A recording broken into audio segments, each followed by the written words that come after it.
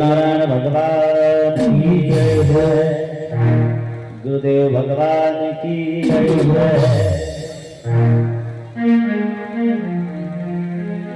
तो आइए प्यारे भाई बहनों, इस संसार में दान पुण्य क्यों किया जाता है? हम सभी भक्त दान पुण्य क्यों करते हैं? एकता भागवत सत्संग क्यों करते हैं? आइए इसी विषय की तरफ थोड़ी देर के लिए ले चलूंगा।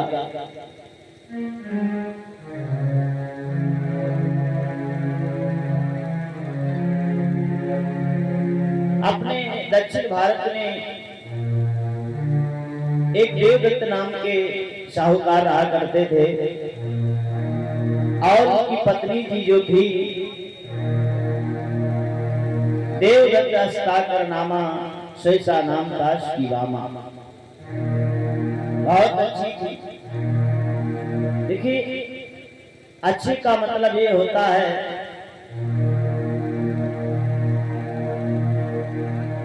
कि शरीर दो हो पर विचार एक हो, वही अच्छा है। बताया भी गया कि जहां सुमति तहां संपत्ति नाना, जहां कुमति तहां विपत्ति निधान। जहां सुमति तहां संपत्ति नाना, जहां कुमति तहां विपत्ति निधान।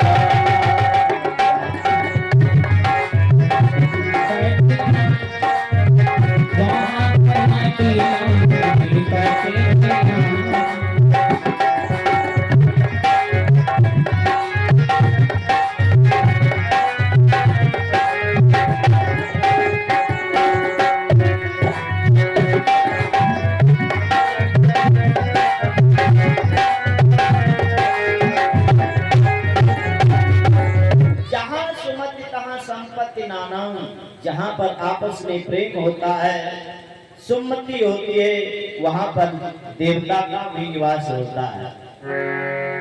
वहां पर सारे सुखों का आवागमन रहता है। आदेव दत्त के यहाँ पर सारे सुख थे, बड़ा अच्छा सब कुछ था। परमात्मा ने सब कुछ दिया है। एक दिन की बात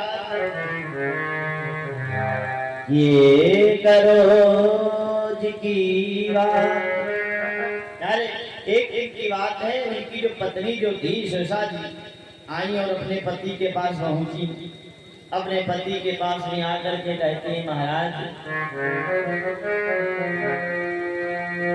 एक दिन पति पद सिर नाई, एक दिन पति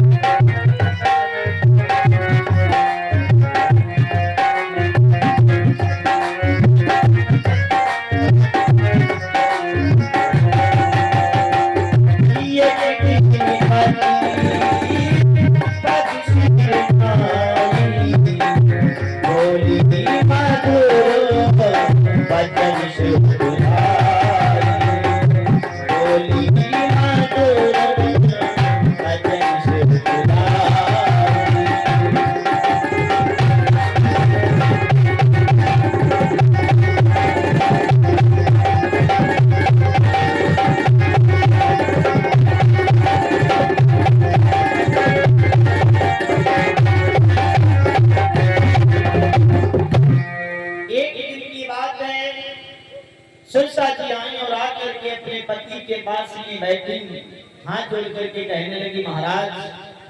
तो कहा क्या हुआ? तो कहा परमात्मा ने हम और आपको बहुत सारा धन दिया है, कोई कमी नहीं है, तो इसी में आपसे प्रार्थना करती हूँ। कहा क्या? तो कहा ये धन जो है अपना दान कर दीजिए, थोड़ा धर्म में लगा दीजिए। जो लोग अपने दान को धर्म में लगा देते हैं तो उनका दान शुद्ध हो जाता है, क्योंकि बताया गया है तन पवित्र सेवा किए, धन पवित्र कर दान, मन पवित्र हरि भजन ते, करे त्रिविधि कल्याण। हमारा और आपका ये जो धन होता है सिर्फ दान करने से शुद्ध होता है, मन भगवान के भजन से। तो सिरसा कहती है महाराज हमारा ये मन कह रहा है कि आप महाराज जी आप दान कर दीजिए थोड़ा। और जैसे कहा दान कर दें तो देवदत्त कहने लगे धन्य हो देवी तुम, धन्य हो तुमने तो हमारे मन की बात छीन ली। चलो दान करने लागे ललित तन मन धन दे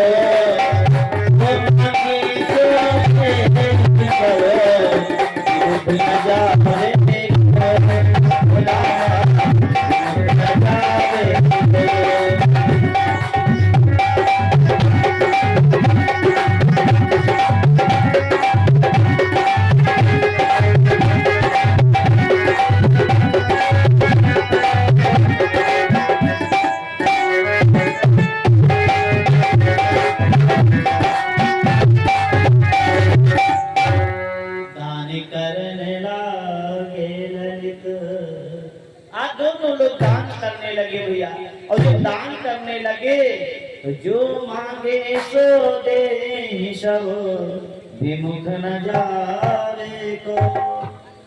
उनके दरवाजे से कोई भी विमुख नहीं जाता, जो मांगते हो दे देते।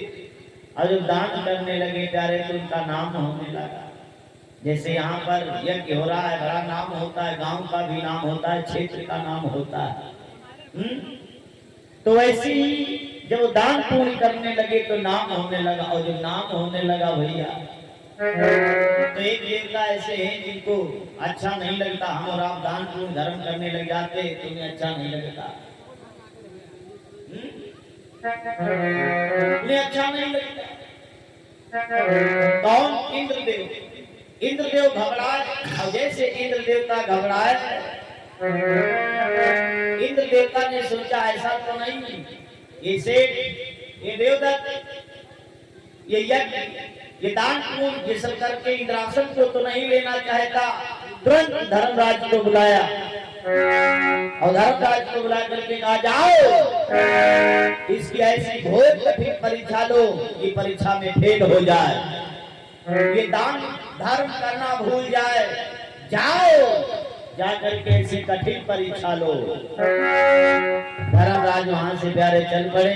पर कैसे जा रहे हैं? रूप अघोरी का धरनी, रूप अघोरी का धरनी, साहब स्वामी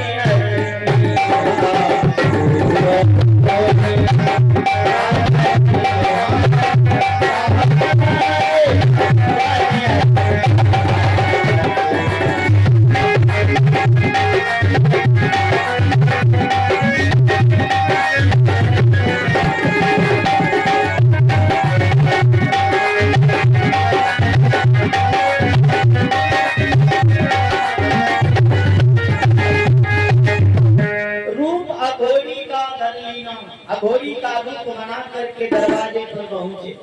आवाज लगाई निरंजन, ऐसे भी आवाज लगाई। दोनों लोग निकल करके आए, प्रणाम किया। महाराज जी आप धन्य हो गया, मैं जो आप हमारे दरवाजे पर आए महाराज, धन्य हो गया। क्योंकि बताया गया संत शिरोमणि द्वार द्वार पर कभी किसी की न जाते। होता है जब तुम उदय से संत द्वार पर आते। मैं धन्य हो गया महाराज आप आए। बैठिए महाराज। और जैसे कहा बैठिए, अघोरी ने कहा देवदत्त बड़ा मैंने तुम्हारा नाम सुना। मैं तीर्थ यात्रा को गया था, वहां से जब मैं लौट रहा था तो तुम्हारा जब मैंने नाम सुना तो तुम्हारे दरवाजे पर चला आया। मैं सोचा ऐसी पूरी आत्मा से मिल लूं।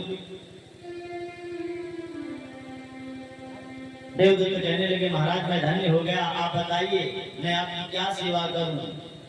तो कहा सुनो आप सेवा कुछ नहीं करनी है, तुम मुझे सिर्फ भोजन कराओ। आज 3 दिन हो गए हमको, 3 दिन। अब मैं तीर्थ यात्रा कर रहा था, मैं उधर से लौटा तो आपका नाम सुना, तो इसीलिए चला आया। तो मुझे भोजन कराओ। और जैसे कहा भोजन कराओ तो देवदत्त कहने लगे, बोलिए महाराज आप क्या खाएंगे, बोलिए। जाने भैया आप बताइए क्या खाएंगे। अरे भैया प्यारे भाई बहनों, ये किसी से नहीं कहना चाहिए आप क्या खाएंगे। हाँ यूं ना कहो तो पता नहीं का सोचे बैठो तो दूसरा बात बिगड़ जाएगी। ये किसी से मत कहना। अब देखिए देवदत्त से थोड़ी गलती हो गई। देवदत्त ने कहा महाराज आप क्या खाएंगे। घोड़ी ने मुस्कुरा करके कहा जो मैं खाऊंगा खिलाओगे। कहा बिल्कुल। तो कहा सुनो कि पुत्र तुम्हारे बरस खटकेरा, कि पुत्र तुम्हारे बरस खटकेरा, यही आमिष जाति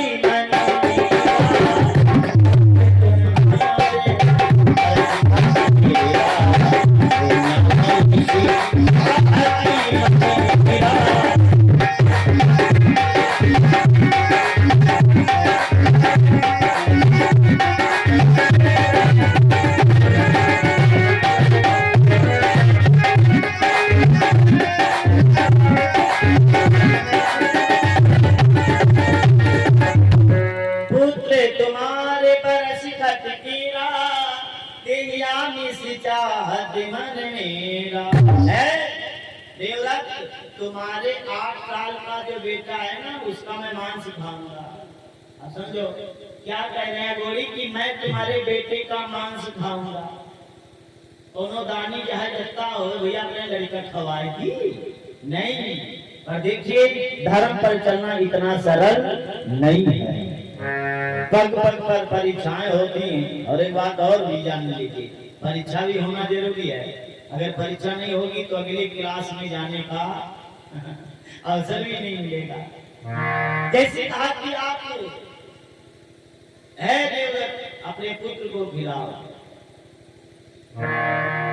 थोड़ी देर के लिए वो दोनों बेचारे सोच में पड़ गए। देवदत्त सोच में पड़ गए क्या करूं। फिर अपने मन में विचार किया।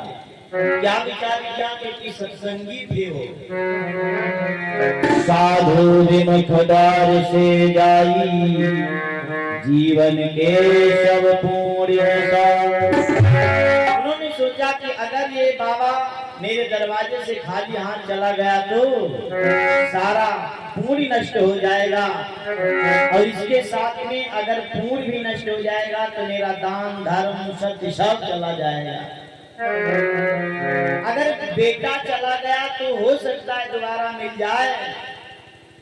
बेटा किसे है भैया साउंड वाले से बताया, हम बोल दिया। हाँ।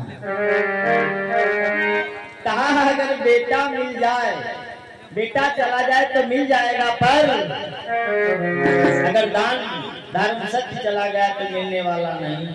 हमारा धर्म चला गया, मेरा पूर्ण चला गया तो बड़ा कठिन है। तो कहा ठीक है महाराज आप बैठे मैं तुम्हें खिलाऊंगा। तो घोड़ी कहने लगा सुनो एक शर्त है हमारी। तो कहा कौन सी। तो कहा ये मत समझना कि अपने बच्चे को हमारे हाथ में पकड़ाए दो और पकड़ाए गए जो महाराज मारो काटो जाए ले जाओ। नहीं हाँ मारू काटूंगा नहीं। तो कहा फिर दो प्राणी मिले कि दो प्राणी मिले श्रुति बद कीजिए, न तनी तो मन माली। दो प्राणी मिल सतवद कीजिए, दोनों लोग अपने अपने हाथों से मारो और मार करके बोटी बोटी बनाओ। निज निज कर मोही देहु खवाए, निज निज कर देहु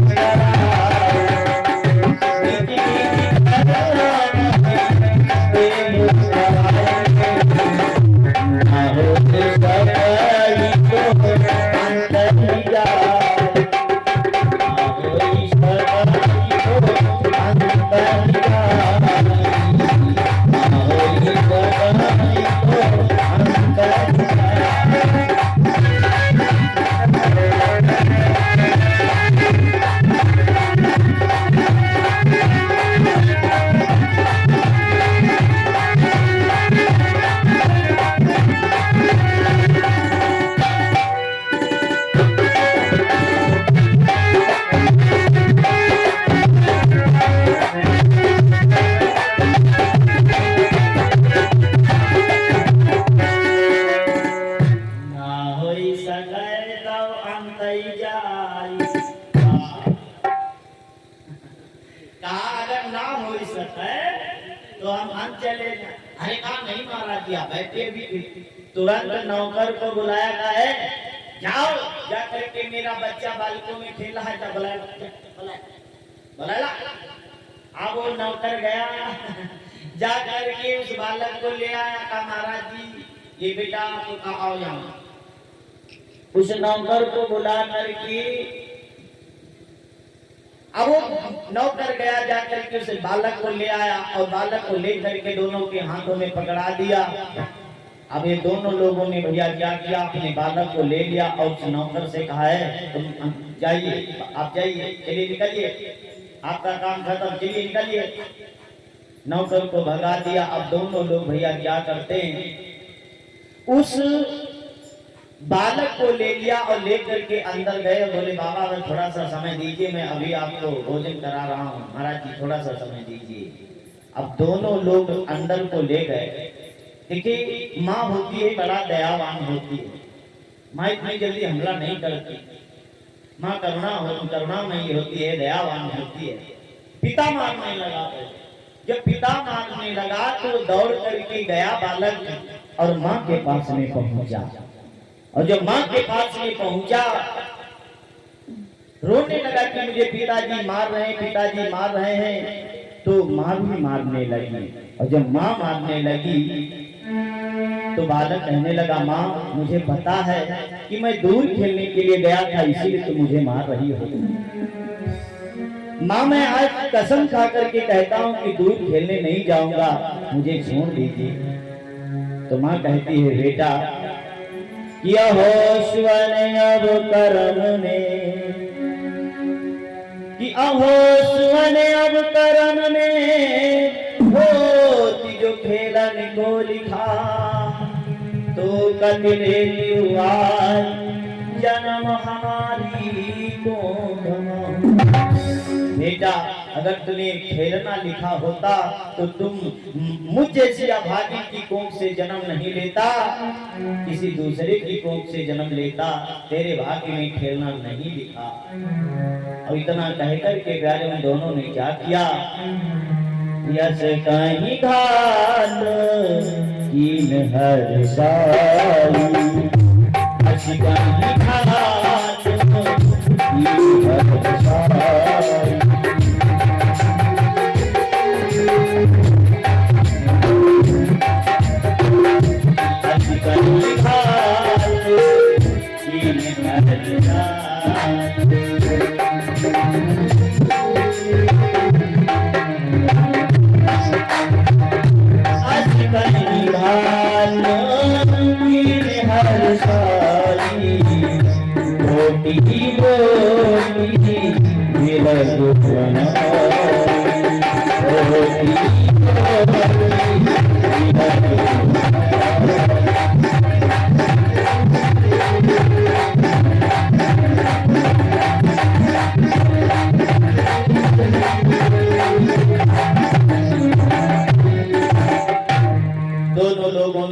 बच्चे को मान करके लेकर के आए, हाथ जोड़ करके कहा महाराज जी थोड़ा सा देर हो गई, अकेला ही बेटा था, महाराज जी पाइए। उस अघोड़ी ने जैसे थाली की तरफ देखा, अरे हो ये तो एक दांव जीत गया चलो दूसरा दांव लगता हूँ। देखिए अघोड़ी ने क्या सोचा कि जैसे ये बच्चा है, ये मेरा है बच्चा, जितना मैं इसको मारूंगा जितना उतना दर्द नहीं होगा, है तो ये अपना। पर दर्द कब होई, दर्द का एहसास कब होता है जब अपने हो। जैसे हम कही ए भैया हम पिराते हैं, और दर्द का एहसास कब होगा जब अपनी खपड़ी मिला, पता चलता है भैया। अघोरी ने सोचा था तो इनका बेटा मार डाला, इतना कष्ट नहीं हुआ होगा, चलो एक गाँव और लगता हूँ देखता हूँ। थाली की तरफ देखा और कहा ऐसे देवदत्त इस थाली को उठाओ नाली में डाल दो। क्यों? अरे कहा जूठा खाए मीठा ना हो, और मैं आपके दरवाजे पर बैठ करके भोजन करूं और पेट भी ना भरे मेरा, तो भोजन करने से क्या फायदा, जाओ उसको ले जाओ फेंक दो। जैसे भैया इतना कहा तो दोनों लोग चरणों में गिर गए। नहीं महाराज, आप ऐसा नहीं कर सकते, क्योंकि तुम्हारी भूख को मिटाने के लिए हमने अपने बालक को नहीं देखा, उसे मार दिया। महाराज अगर आप मेरे दरवाजे से ऐसे ही चले गए तो मेरा तो सब कुछ लुट जाएगा, सब कुछ चला जाएगा। इसलिए ऐसे ना जाएं। रोने लगे और कहा महाराज आप कोई भी उपाय बताइए, जैसे पेट भर जाए वैसे उपाय बताइए। और जब रोने लगे तो अघोरी ने कहा बस एक उपाय है। कहा कौन सी? तो कहा एक उपाय वो है कि निज निज कर्म ही दीजिए थोड़ा, कि जासो जाई पेट भरी मोरा। तुम दोनों लोग थोड़ा थोड़ा काटो, जानो तुम दोनों लोग थोड़ा थोड़ा काट के इस थाली में रखो, जब मतलब भरे हो जाई तब हम कह दी बस काटोगे। तो जैसे प्यारे सुना तो दोनों लोग हाथ जोड़ करके बोले महाराज जी अब आपने मुझे धन्य कर दिया, क्योंकि ये मानव का शरीर किसी के काम में नहीं आता। इसकी केवल 3 गतियां होती हैं शरीर की, या तो जला दिया जाता है, या तो दफना दिया जाता है, या तो फेंक दिया जाता है। आज तुमने मुझे धन्य कर दिया महाराज। और जैसे प्यारे सुफल जब ही काटन कर कीना, तुरंत ही धर्म हाथ गए।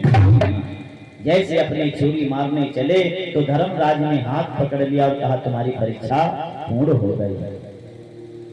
खुश हुए आपन दर्श दिखावा, तुरंत दर्शन दिया और कहा कि जाओ मैं तुम्हें आशीर्वाद देता हूँ, जब तक इस संसार में हो तब तक तुम्हारे सुख सारे दास रहेंगे, अंत में तुम वैकुंठ के निवासी हो जाओगे। तो ध्यान रखना प्यारे, उन्होंने क्या किया, देवदत्त के उस बालक को भी धर्मराज ने जीवित किया और उनको सुखी होने का वरदान दे दिया। आइए भगवान से निवेदन, भगवान सभी की हर मनोकामना पूर्ण करे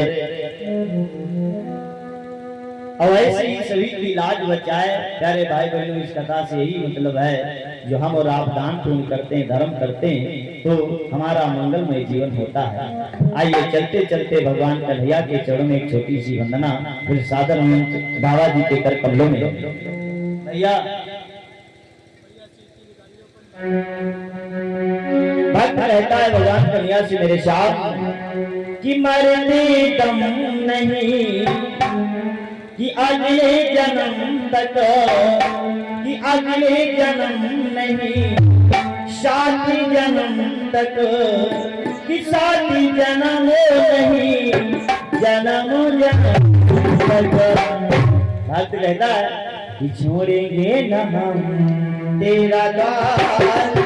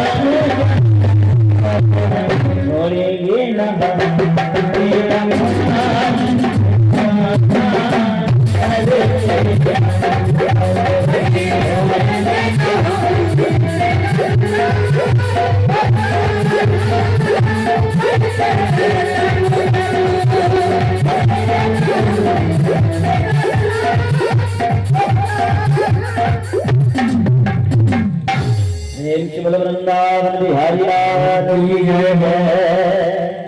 साधन मंच बाबा जी के कर कमलों में जय श्री राधे जय श्री श्याम। बहुत बहुत धन्यवाद। अभी आप सभी लोग